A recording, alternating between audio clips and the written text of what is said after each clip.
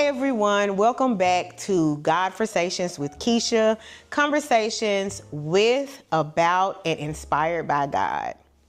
So today, y'all, I have another guest, another awesome guest. His name is Glenis Rodgers. Glenis is the CEO of GE Media. Am I correct? Yes. GE. And he's been doing great things out with videography. Just had all these awesome opportunities this year that we will discuss in more detail. I had Glenis on today because I have just witnessed him in the few years that I've known him, and I just see the growth. I see what God is doing in his life. So I definitely wanted to talk to him about how God is speaking through it all, right? That's what we talk about on this channel. So Glenis, welcome. This is so weird.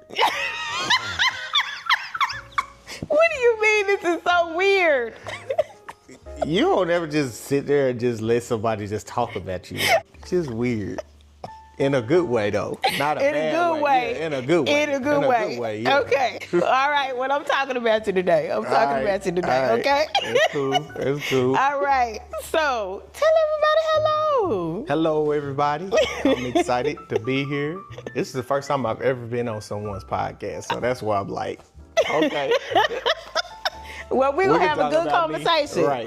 Godversation. Godversation. So, yeah. Come on. Yep. All right. So, first of all, let's talk a little bit about how we met, okay? Yep. So, we met at the Faith Church. The Faith Church. Yep. At that time, I was the worship leader, and we were looking for a musician.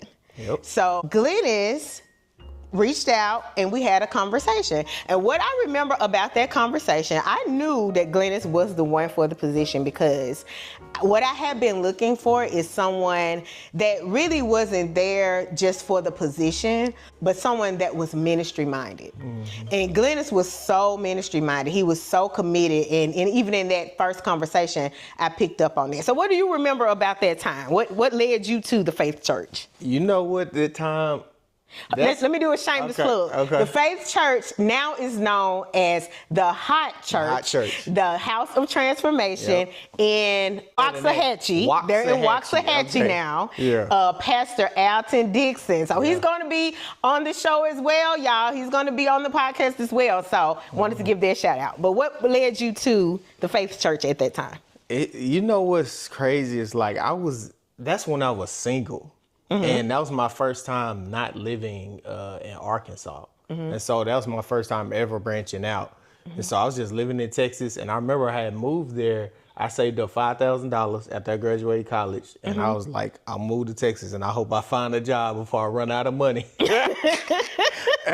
And I had worked everywhere. I was at Kroger. I was at wherever until I finally had landed at Oakland Bible Fellowship. And while I was there, I was in media, and I can't remember what time specifically it was, but I remember I had seen that you had posted in a musician's, I guess it was a Facebook group or something. Yeah, I think it's DFW Shed Sessions or something like that. I remember when I reached out, because at that point in time, I had so many people surrounding me in community. I had a very good surrounding at Oak Cliff, but I remember I had missed playing because I moved to Arkansas and I wasn't playing no more, but I had always played when I was in Arkansas and I missed playing. And so it just worked out, and I was happy because when I first got there, I felt the same thing about you, about you just really caring about worship and you really caring about ministering to people with music. And so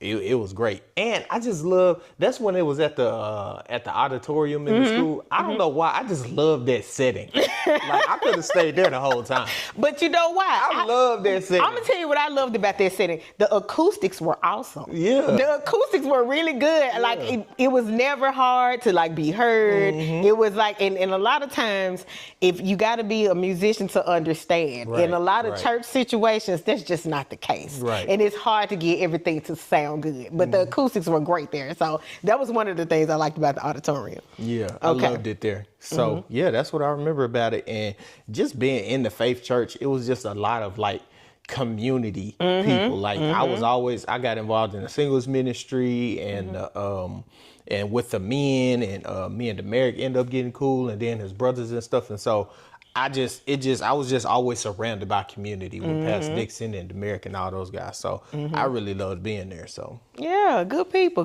And I met a lot of good people there and a lot of them I still talk to in some facet today. So including you. So met a lot of good people there. So it's funny how God orchestrates things, you know, and in some situations, like, you don't even really expect it to be something that's going to be a lifelong connection or a long-term connection or any of that. But God just orchestrates things, and he puts us all in the places that we need to be. Okay. Yep. All right.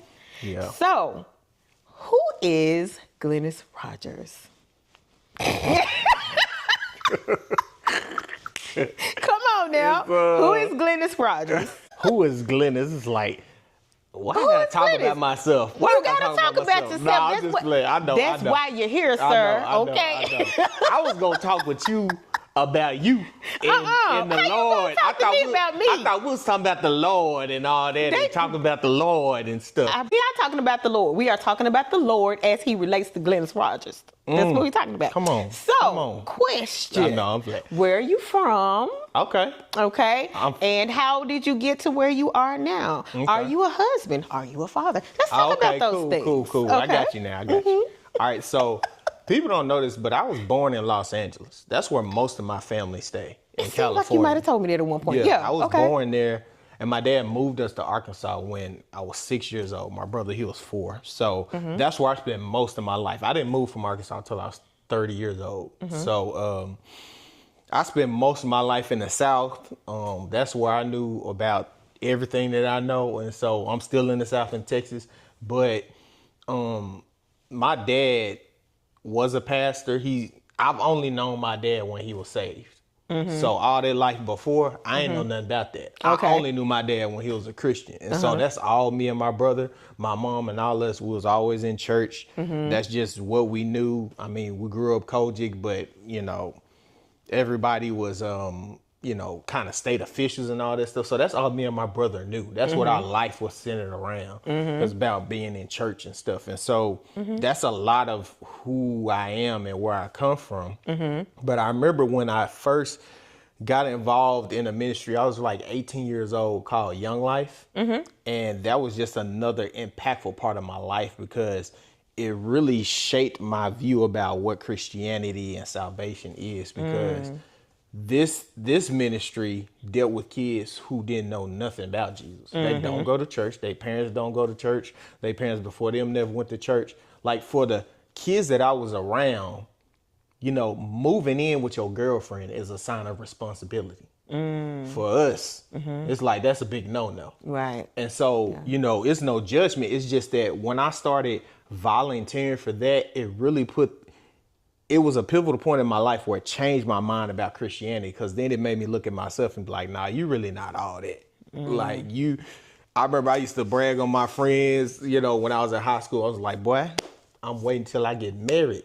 I'm not doing that. I'm not sinning. Y'all out here drinking and doing all that. I'm talking about, I used to be judging all of them. I ended up doing all that stuff.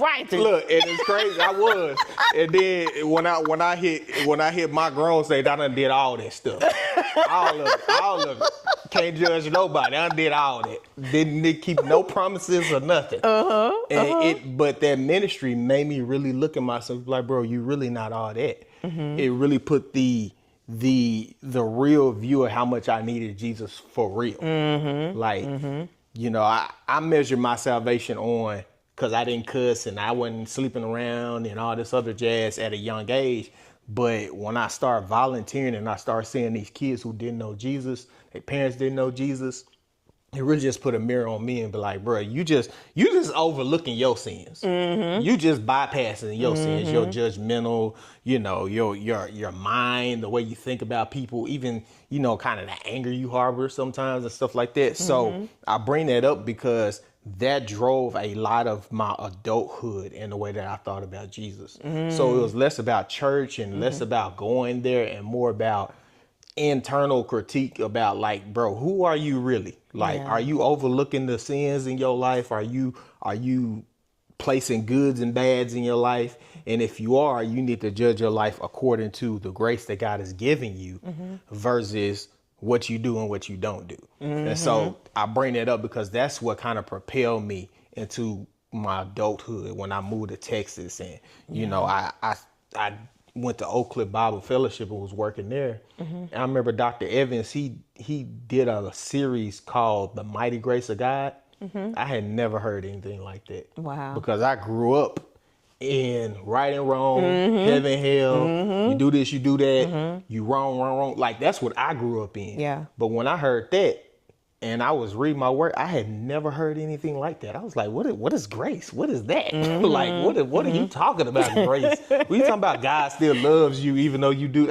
I never heard nothing like that. And so, you know, that was, I'm well in my 30s now. And I tell a lot of people that in my 30s, like I felt like I was 18. Like I was starting over because I had moved to Texas and, you know, this whole new world for me. I'm out here meeting people. I never had to do that. I had to look up stuff trying to find churches. I never had to do anything like that. And I always tell people, in my opinion, you should always live away from home at least for 1 year in your life. Just for 1 year. It forces you to do things that will be skills you're going to always have. Yeah. When you got to force yourself to go meet somebody. You got to force yourself to make friends. You got to force yourself to find a church that you never been to. And so... So I wanted to add something. I wanted to go back and touch on something that you just said. You were talking about your relationship with God and how when you joined was it a youth ministry?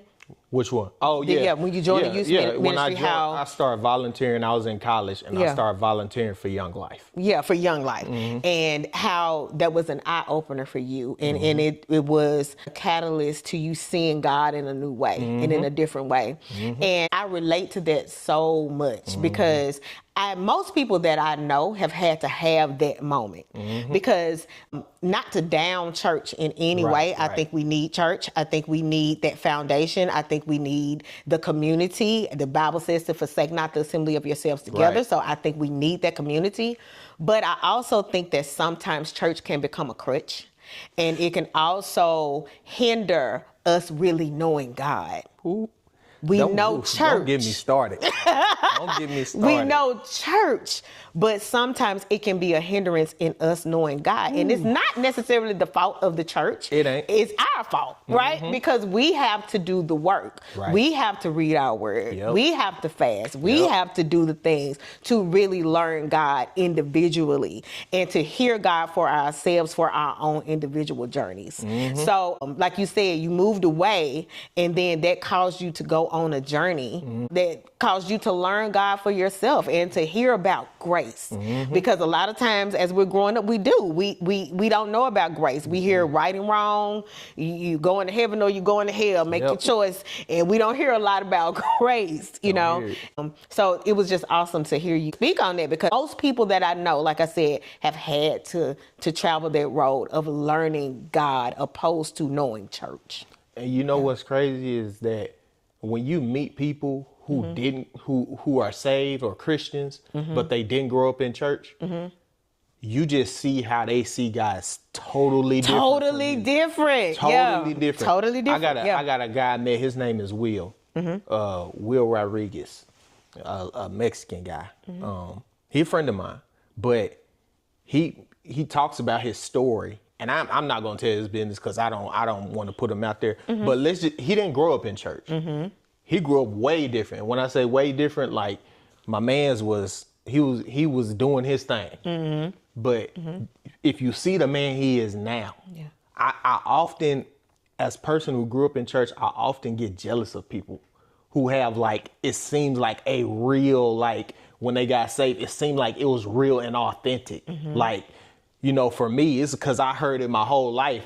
It's like, did I really get saved? Did I really not? Was I just walking up to the altar doing it because my mama made me or my daddy or the church made me? But when you look at people who never went to church and they found Jesus through, a preacher on the street or something like that, man, their fire is just different. It is. Their fire is a lot of times different. It is. And and for me personally, that's something I have to get over because I pray that over my son. I'm like, I pray him every single night. I'm like, Lord, when he meets you, when he gets to know you, let it be true and let it be authentic. Like, don't let it be something that I'm making him do, that I'm coercing him to do, that he feel obligated to do. Let it be real and authentic. And I just see that in people often when they don't grow up in church. It just seems like they just hit a wham. And it's like, nah, I'm on fire for the Lord. Yeah. But that's just my own personal thing. I am a husband.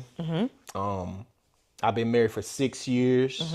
July 27 next year, it'll be 7 years. Come on. I didn't know it had been that long. Yeah, 7 years. Yep. Well, it's 6 years, but it'll be 7 years. Yeah. I got a 5-year-old son. He's autistic. And I got a daughter on the way. So got a daughter on the way. So All right. my wife, she's 4 months pregnant. So yeah. What's your wife's name? My wife's name is Glenis Rodgers. How did you meet your wife? Tell us about your son. Tell us about your life now. Yeah. So when my dad moved us to Arkansas, we grew up Kojic, and so my wife, she also grew up Kojic, and we always knew of each other. But my wife is 6 years younger than me, and so she always said, she was like, I wasn't paying attention to him. He was like way older than me and stuff, and so, and the same for me. We just always had to be in the same church circle, and so when many years down the line, I'm grown now, my mom and dad got a divorce, and my mom started going to her uncle's church. And so I just started going to church with my mom. And, we fully grown now. And I was just there. And it's crazy when we tell people that we was really always friends, because we was. Like, she knew people I dated. I knew people she dated. But it was just something when I was like 28. And I tell her, I was like, I seen her at church. And she was like, she was cleaning the church or vacuuming or something. And it was just like something that just like, who is that? Like, I ain't never seen her before. Like, I haven't seen her my whole life. He said, who is it's that? like this day, for some reason, I don't know what it was. It was the hair. It was the eyes. I don't know. But I was like, who is that? That lady right there. Different. She looked different. She looked different. I don't know what it was. You was looking at her new eyes. God had to open them eyes up. Not some new eyes. Some new eyes. It was some new eyes or something, but I don't know. I was just like, who is that? And from that point, we just started hanging out and we started getting closer. And I was 28, she was 22, and we started dating. And I remember we dated for 2 years straight. So now I'm 30.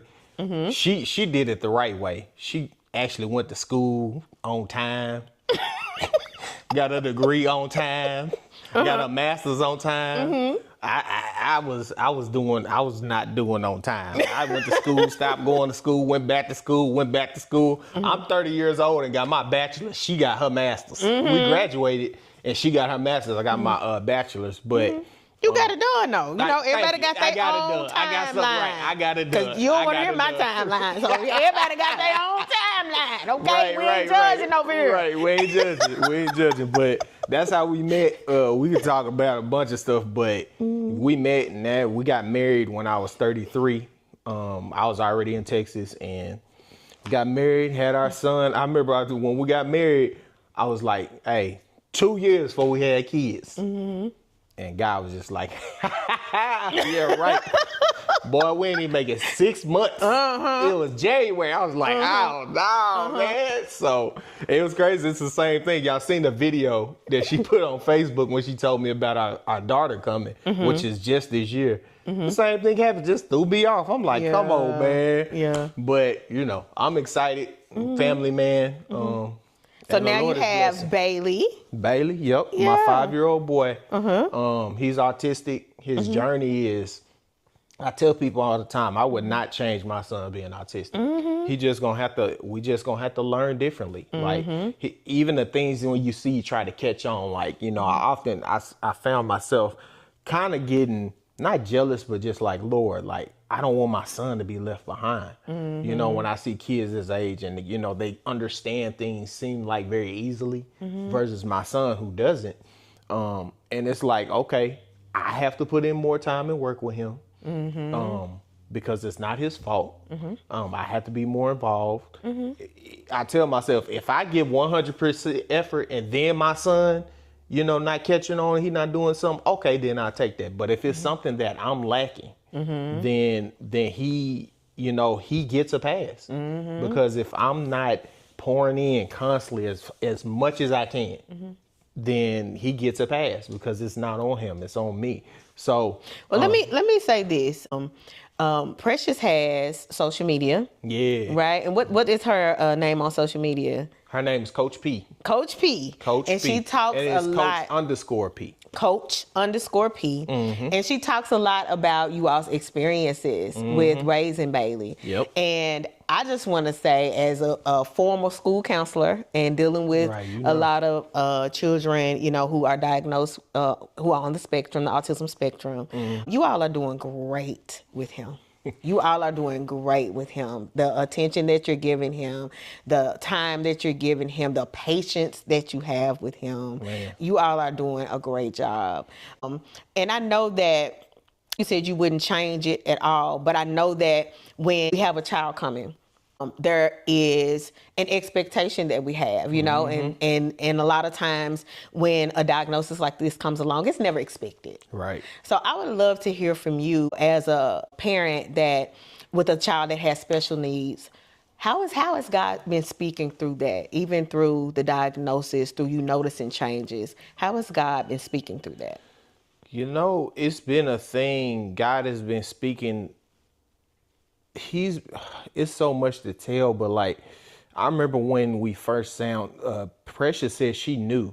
Yeah, she said she knew at a very young age, and I didn't, but she said she knew. He didn't get diagnosed until we moved to Texas in 21. Well, it was probably 22, but he got officially diagnosed.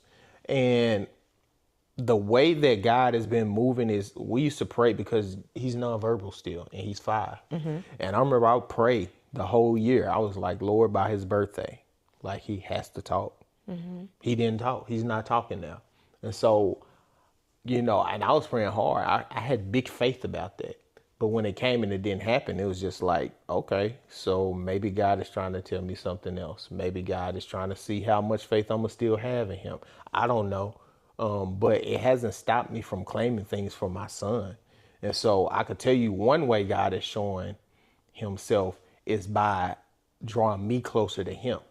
I don't know if he's purposely using Bailey for this. It's very muddy for me to say things like, my son has to be autistic for me to get closer to God.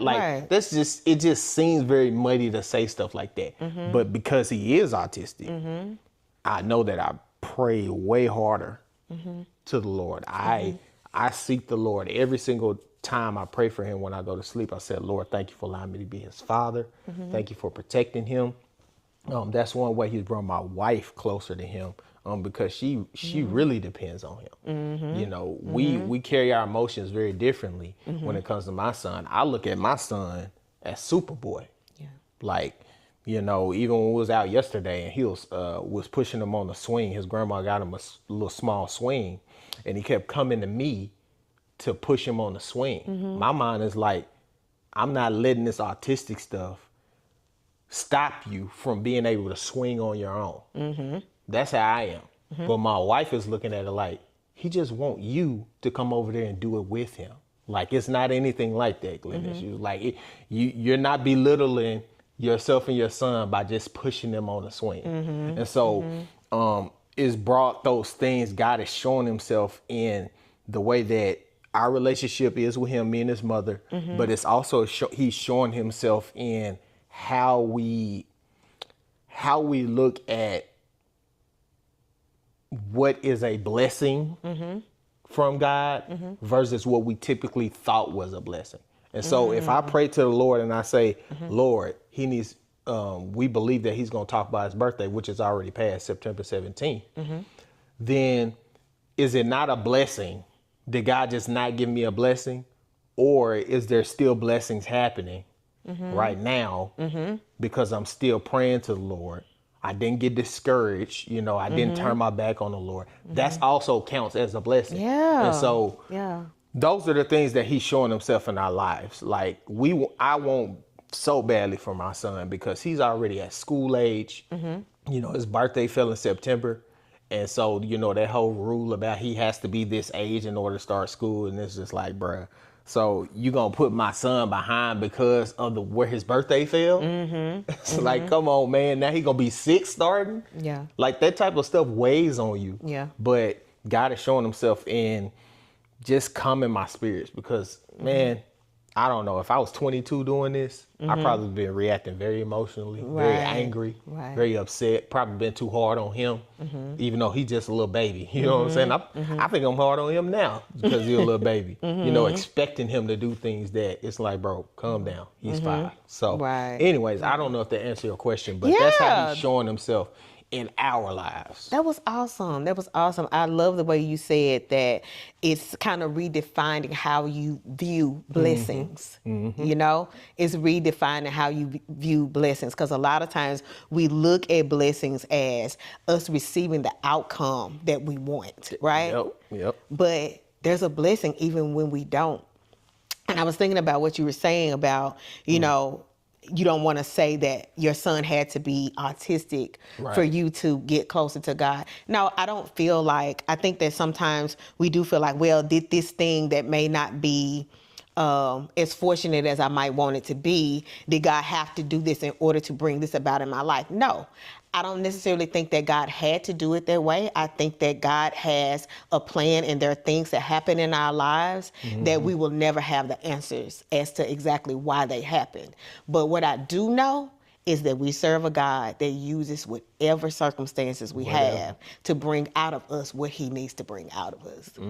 So it sounds like God is using this in a way as a blessing to you in disguise, to bring you closer to him and to get you to the place to where you know how to bring to him whatever it is that you're feeling, whatever it is that you're going through, right? So that's awesome. That's awesome. And it's a beautiful perspective to have. Yeah.